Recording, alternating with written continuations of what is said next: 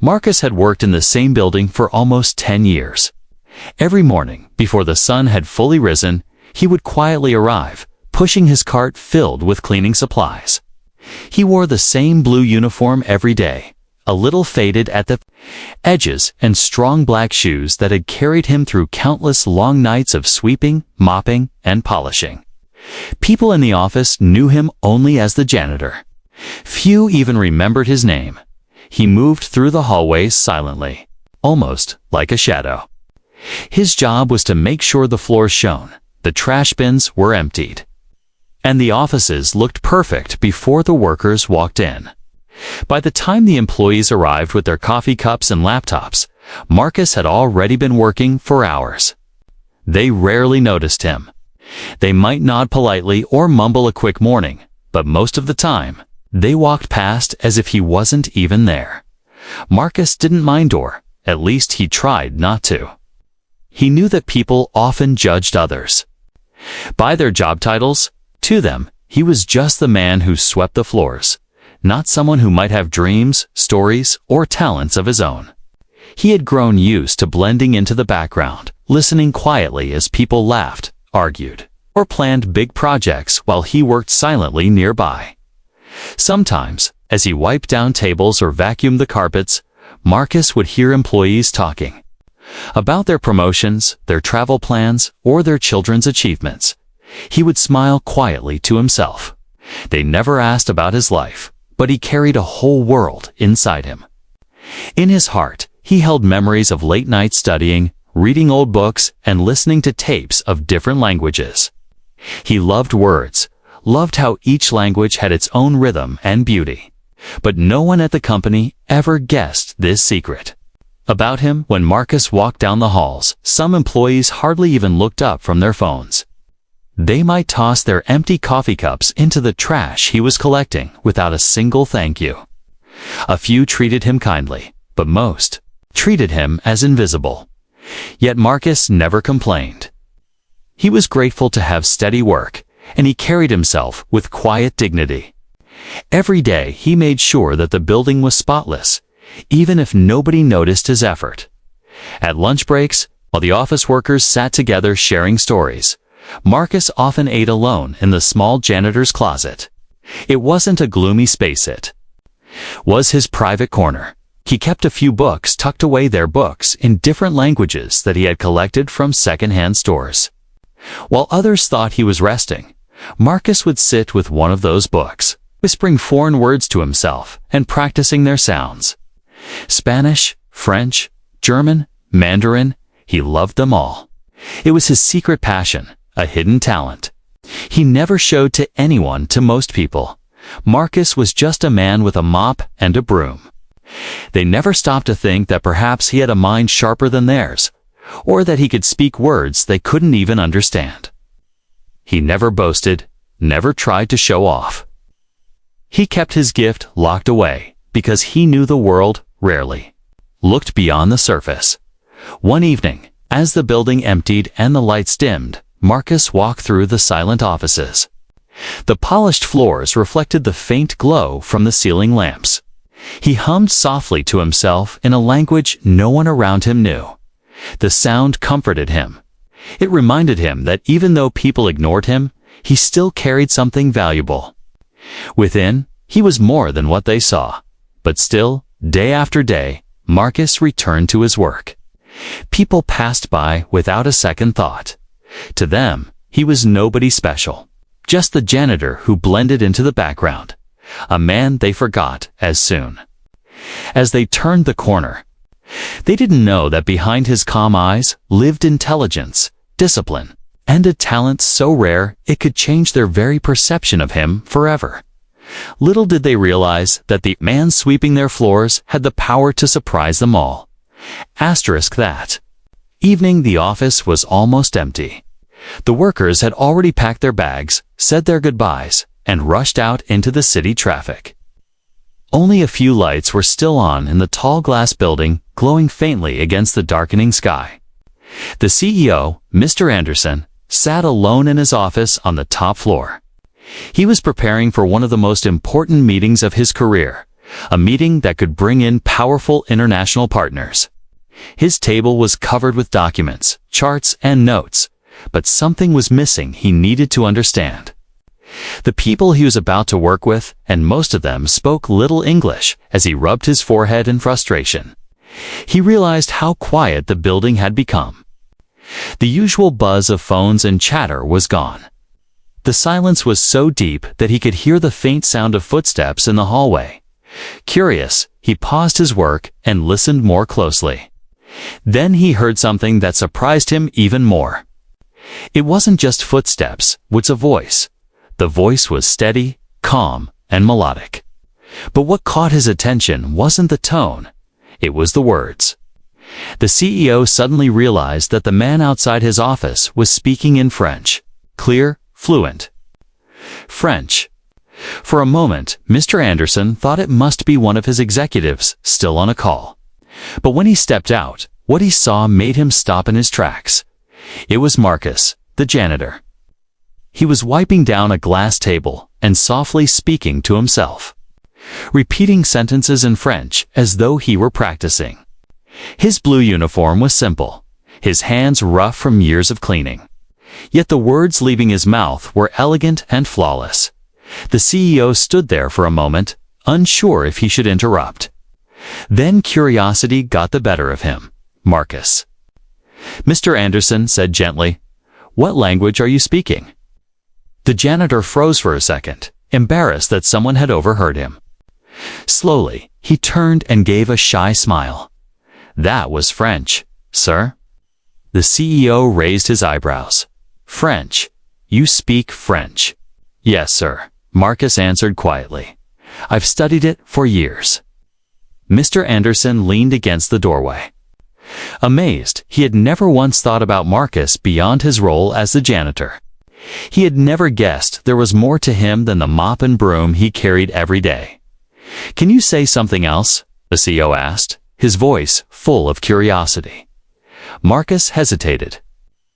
Most people never cared about his hidden ability, and he wasn't used to showing it. But there was something in the CEO's tone, genuine interest, that gave him courage. He nodded, and, without looking up, began speaking in Spanish. His words flowed smoothly, rolling off his tongue with ease. The CEO's mouth opened slightly in shock. Spanish, too. That was already 2 languages. "Wait a minute," he said. "You're telling me you can speak French and Spanish?" Marcus finally looked at him and nodded. "Yes, sir, and more." "More?"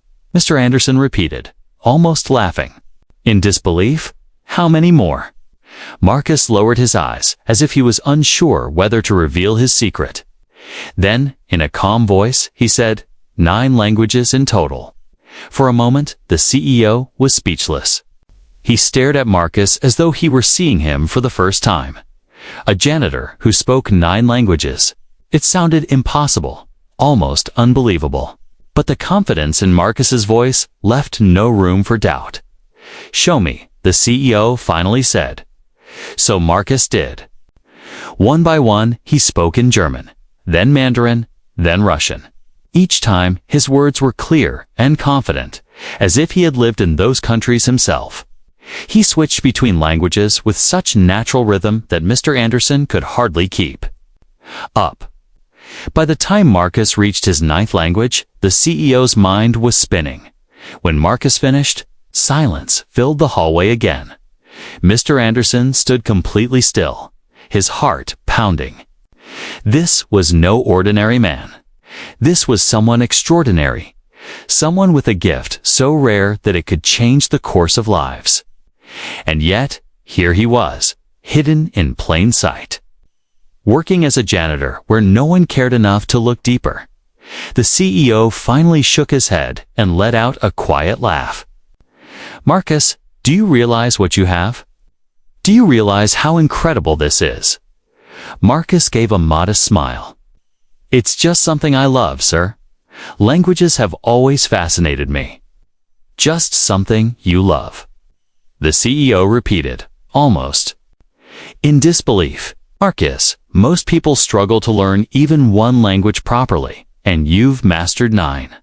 Do you know how valuable that is? Marcus didn't answer. For years, he had carried his gift silently. He had never expected anyone to care, never imagined it could mean anything beyond personal joy. But now, for the first time, someone powerful was recognizing it. Mr. Anderson's eyes softened as he studied Marcus. He realized that he had walked past this man for years without once stopping to truly see him. And now, in this quiet hallway, he felt ashamed. How many talents had he overlooked? In his own company, how many other people had been judged only by their titles, their clothes, or their jobs? As he stood there, an idea began to form in his mind. This wasn't just an interesting discovery. This was an opportunity to change not only Marcus's life, but also the way the company looked at people. The CEO straightened up and gave Marcus a firm nod. Tomorrow, I want you to join me in the international meeting. I want the world to hear what I just heard. Marcus blinked in shock. His heart skipped a beat. He had never been invited into a meeting room, let alone one filled with powerful executives and foreign delegates. The thought both thrilled and terrified him. "Sir, I'm not sure," he began, but the CEO raised a hand. "No, Marcus," he said firmly. "This is your chance. And trust me, it's going to change everything." And with that, Mr. Anderson walked back into his office, leaving Marcus standing in the hallway, stunned and uncertain. For the first time in years, Marcus felt something stir inside him, hope, mixed with fear. Mixed with the thrilling possibility that tomorrow might not be like any other day. The next morning. Marcus arrived early, as he always did. His cart rattled softly as he pushed it through the hallways, but his heart was beating much faster than usual. The CEO's words from last night echoed in his mind. "Tomorrow, I want you to join me in the international meeting." Marcus had spent half the night awake, turning the idea over and over. A janitor in a meeting with executives and foreign partners. It sounded impossible. Maybe the CEO had been joking, or maybe he had only said it out of excitement. Yet deep inside, Marcus hoped it was true. He had kept his gift hidden for so long, he had almost convinced himself it didn't matter. But now, maybe, just maybe, it finally did. As he polished the glass walls of the lobby, he practiced quietly to himself in different languages. Buenos dias, guten morgen, bonjour. The words came naturally, like old friends he had known for years. Languages weren't just sounds to him, they were living things, windows into different worlds. He loved how Spanish rolled smoothly off the tongue, how French sounded elegant, how Mandarin carried tones like music. Every language had a soul, and Marcus had spent years learning to understand them all. It all began when he was a boy. He grew up in a small neighborhood where opportunities were few and money was always short. But one day, at a garage sale, he found an old French grammar book for 50 cents. Something about it fascinated him. He spent weeks going through the pages, teaching himself slowly, repeating words out loud. His friends laughed and asked, "Why are you wasting time with that? Who cares about French?" But Marcus didn't care. He had discovered a passion, and it lit a fire in him that never went out. From there, he hunted for more books, Spanish, German, Italian. Sometimes he found them in secondhand stores, sometimes thrown away in donation bins. Later, when he had a little money, he bought old cassette tapes and listened to them until the words stuck in his mind. Every night, after long hours of work, he would sit in his tiny apartment, repeating phrases, writing sentences, and dreaming of faraway countries he had never seen. It wasn't easy. People around him didn't understand why he spent so much time on it. His own family sometimes told him, "Marcus, you should focus on real things, on money, on survival." But Marcus believed that learning languages was his way of surviving. 2. It gave him purpose, strength, and hope. When the world looked down on him, the words of another language reminded him that he was more than his uniform, more than the mop in his hands. Now, standing in the company building, Marcus thought. About all those years of secret practice, nobody knew the sacrifices he had made. Nobody knew about the nights he stayed up with a flashlight, whispering Russian verbs to himself. Or the times he saved his lunch money just to buy a used Japanese dictionary, and nobody had ever asked. Until last night, when the CEO discovered his secret, Marcus had felt exposed, almost naked. Yet there had also been relief. For once, someone important had seen him not as just the janitor, but as a man with a rare talent. And now, the CEO wanted him to show it to the world. Marcus took a deep breath.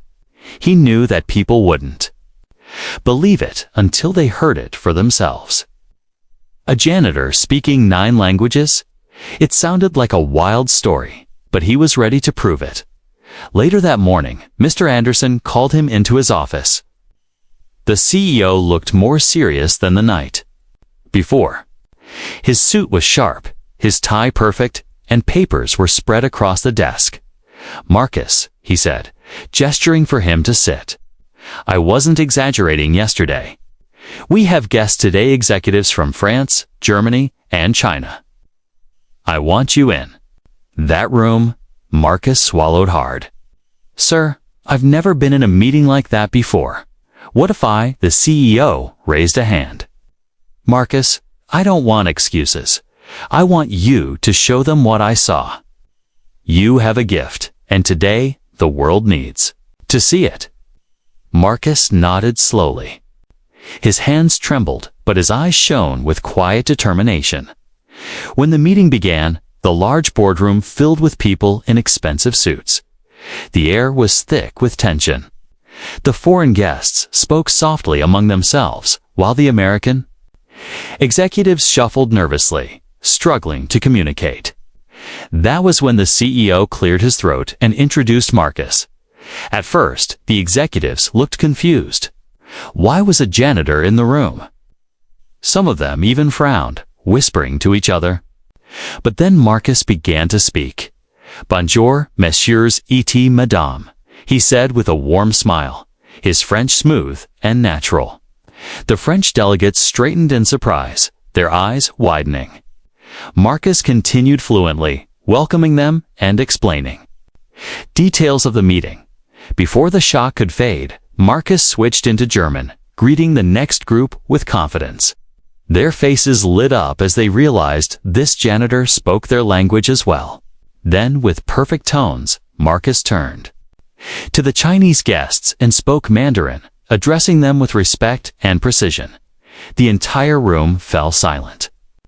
People leaned forward, listening carefully, almost forgetting the business at hand. They couldn't believe what they were hearing by the time Marcus had finished his introductions in all 9 languages. The room erupted in whispers. The once skeptical executives now looked at him with admiration and even awe. The CEO, standing proudly at the head of the table, smiled. His decision had been right. Marcus wasn't just a janitor anymore, he was the bridge that connected worlds. For Marcus, the moment felt unreal. Years of invisible work, years of being overlooked and underestimated, had led to this. He had always known his gift mattered. But now everyone else knew it too. And for the first time in his life, Marcus felt seen. Truly seen. The meeting had ended, but the echoes of Marcus's voice still lingered in the boardroom.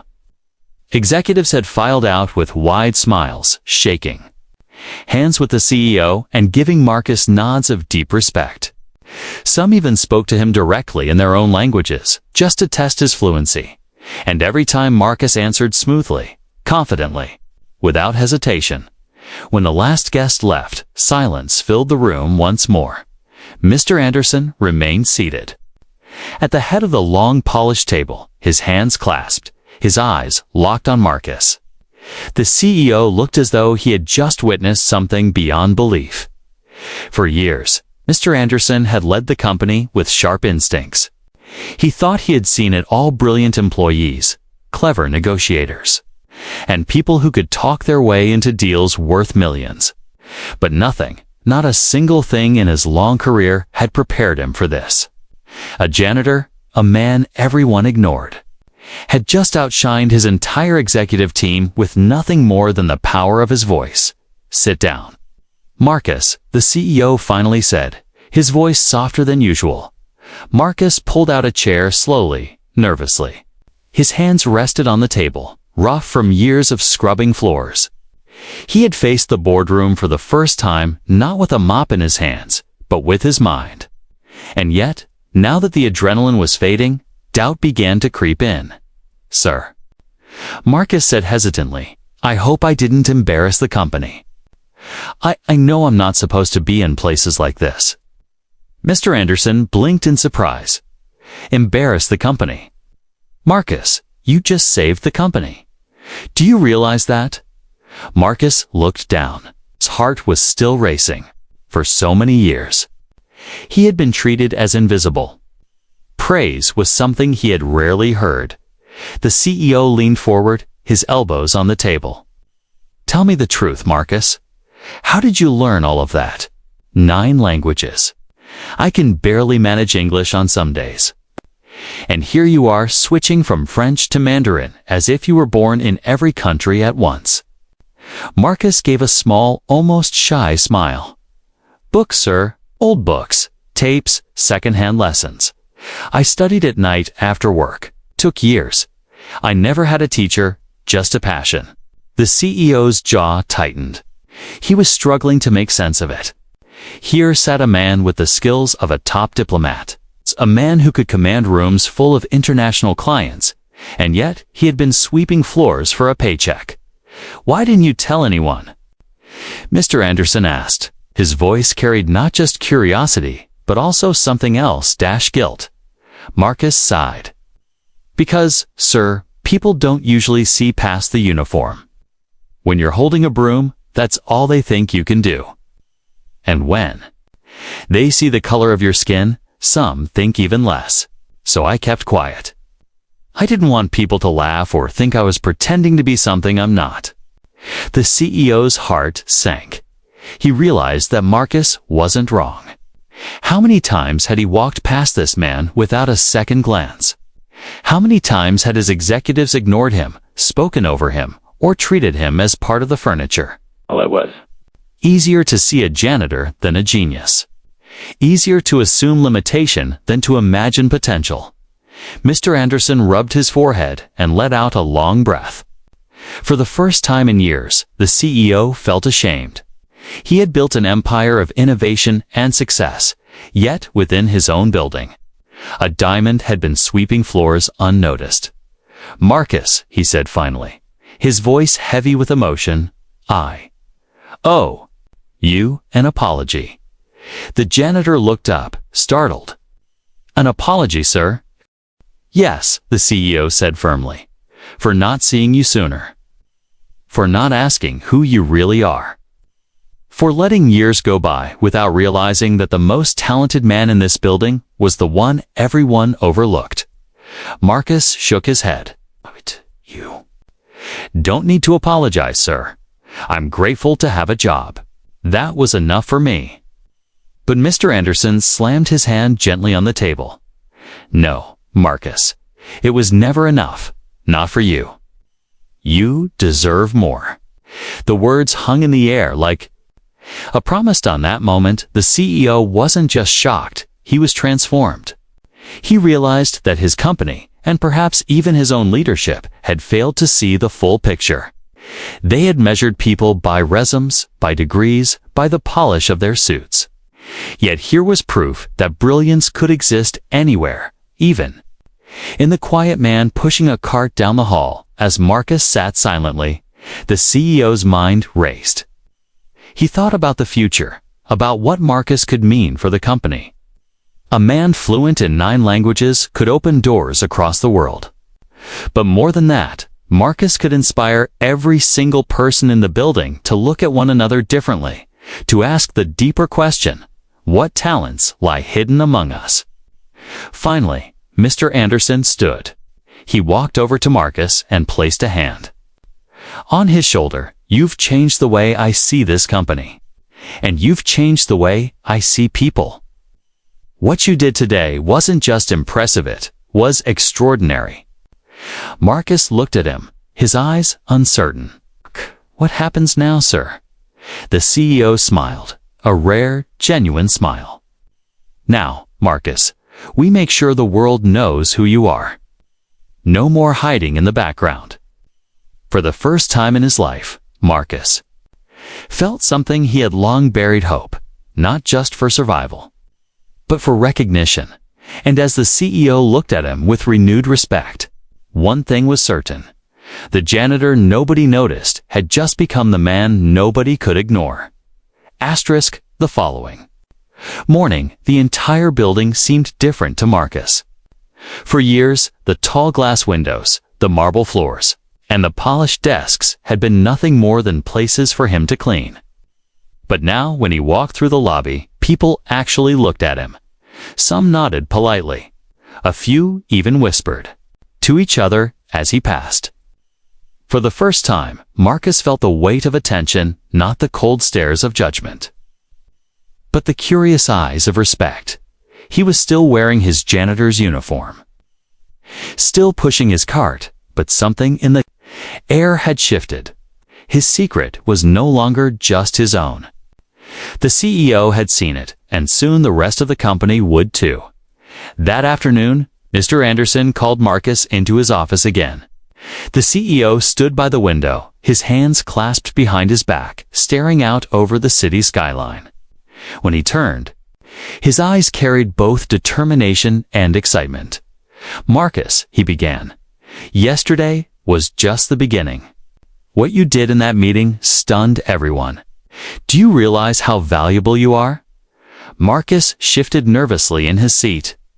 "I don't know about valuable, sir. I only did what I've been doing all my life, speaking the languages I love." The CEO leaned forward. "Exactly. And that love, that skill, is something most people could never achieve.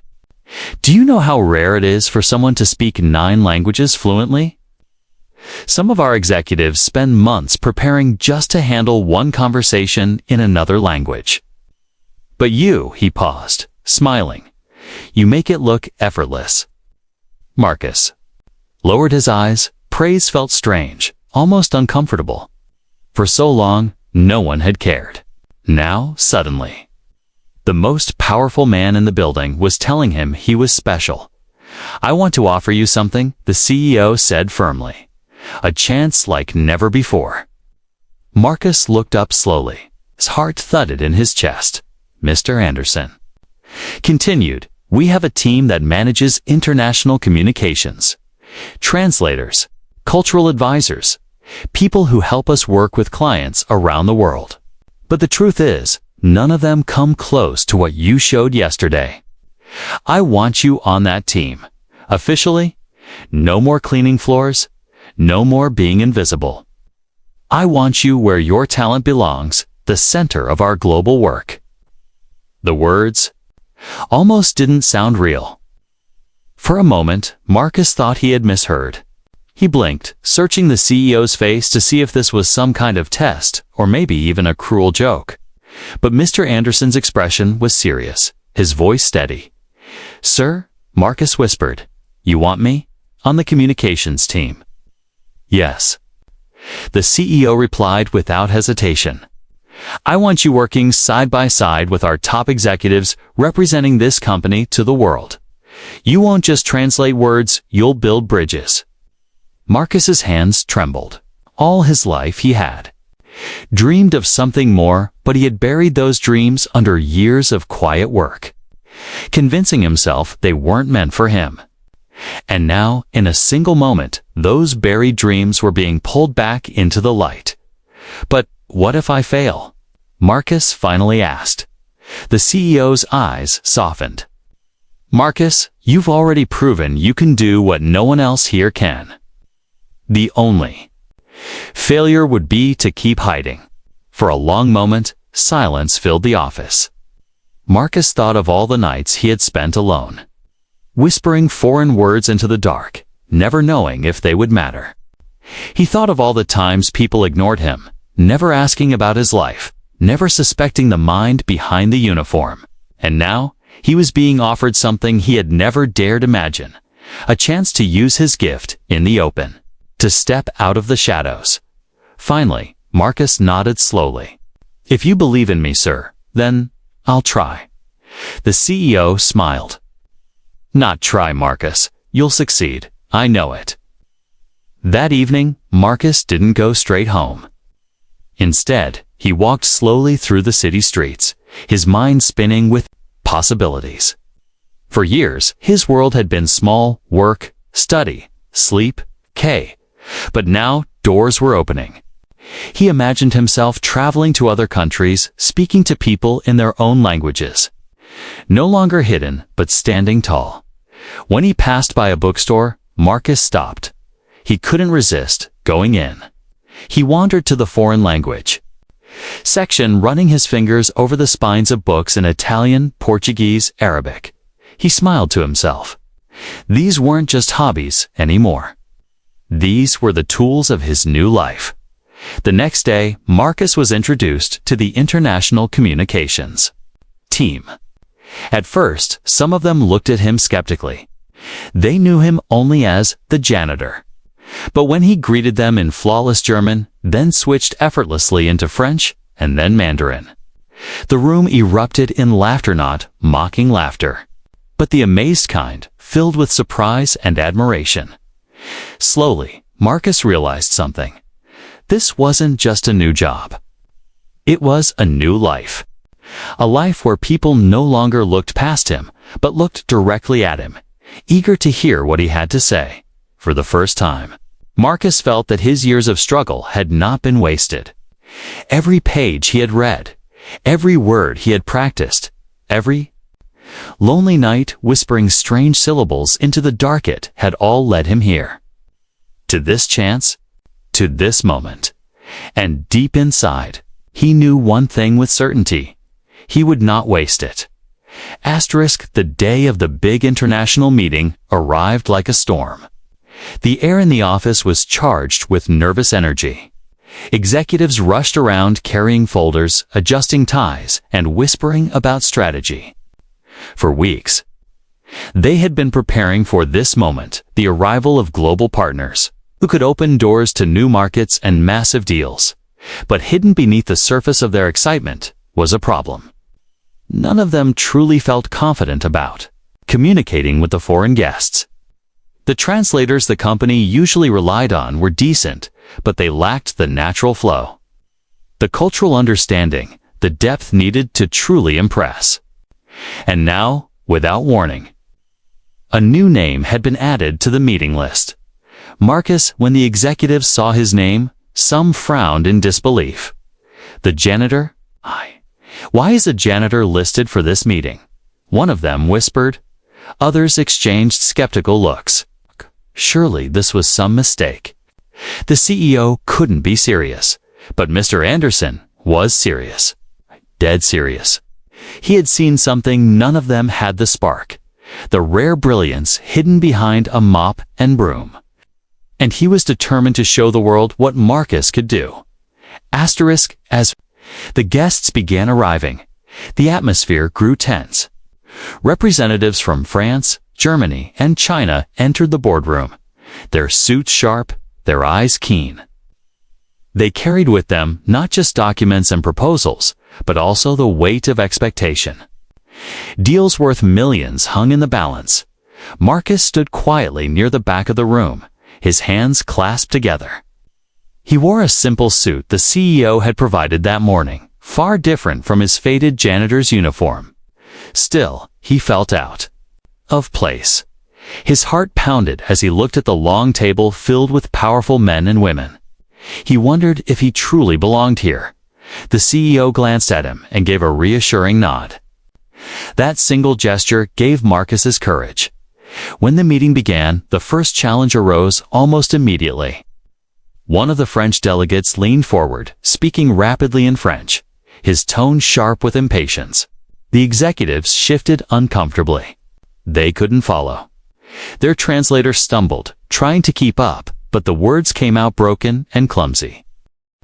The Frenchman frowned, clearly dissatisfied.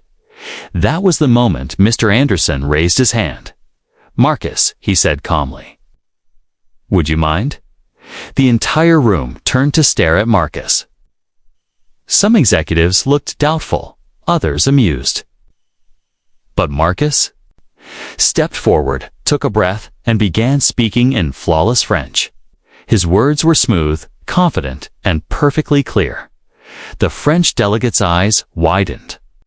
Slowly, his frown disappeared, replaced with a look of surprise and then respect.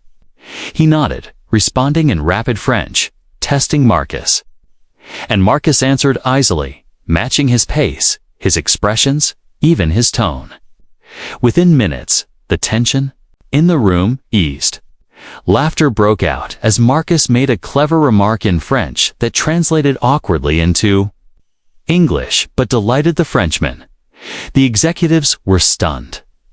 The janitor was holding the attention of men they themselves struggled to impress.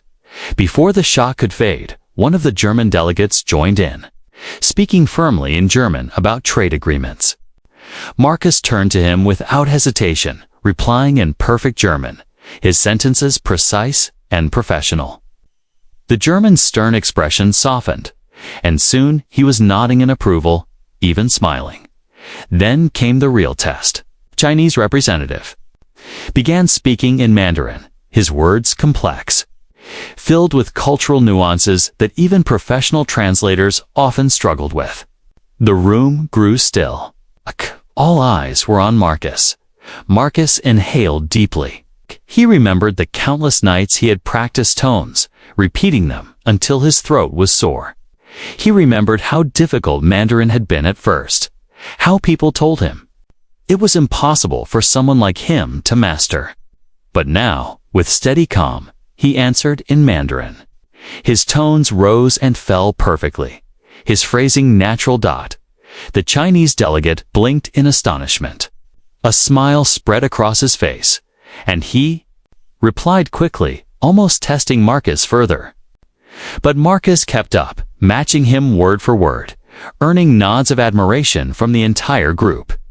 The executives, who had once doubted him, now sat frozen in disbelief.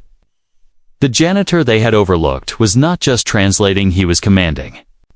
The room, he wasn't simply repeating words. He was connecting cultures, building trust, and breaking barriers. As the meeting went on, Marcus seamlessly switched between languages, guiding the discussion like a conductor leading an orchestra. Whenever confusion threatened, he cleared it. Whenever tension rose, he smoothed it over with precise, respectful words. The foreign guests were not just impressed, they were engaged, leaning forward eagerly, treating Marcus as though he were the most important man in the room. By the time the meeting ended, deals had been agreed upon, partnerships strengthened, and respect firmly established. And everyone knew why it wasn't the executives. It wasn't even the CEO, it was Marcus. When the guests finally left, shaking hands warmly with Marcus and even thanking him in their own languages, the boardroom erupted in whispers. Some executives shook their heads in disbelief. Others clapped, softly, unable to contain their admiration. The CEO stood proudly at the front, his eyes fixed on Marcus. "Ladies and gentlemen," Mr. Anderson said firmly, his voice carrying authority. "What you witness today is proof of something I have been saying for years. Talent can come from anywhere. Marcus is no longer just a janitor. He is now an essential part of this company." The room went silent. Then, slowly, applause filled the air. At first, it was hesitant, but it grew louder and louder until the boardroom rang with clapping hands. Marcus stood frozen, his eyes glistening. For years, he had walked these halls invisible. For years, people had looked through him as if he didn't exist. But today, he was seen. Truly seen. As the applause echoed around him, Marcus felt something stir inside, a mix of pride, relief, and wonder. He had always believed his gift mattered, But now the world believed it too. And from that day forward, nothing would ever be the same again.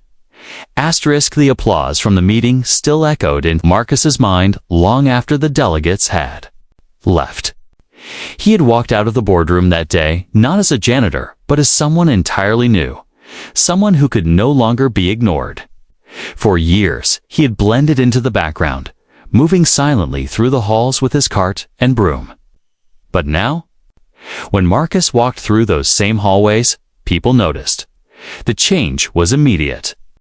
Executives who had once brushed past him with barely a glance now stopped to greet him.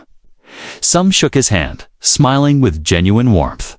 Others, still amazed, asked him to repeat a few words in French or German, laughing in delight when he did. The man they had once overlooked had become a symbol of hidden brilliance in the cafeteria. Where Marcus used to eat alone at a small corner table, people now invited him to sit with them. Conversations that once passed over his head now included him. He was no longer just the janitor. He was Marcus, the man who spoke 9 languages.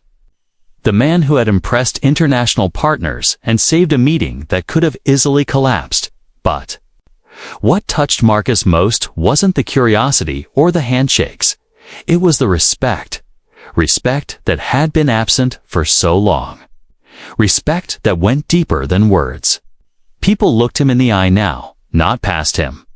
They spoke to him as an equal.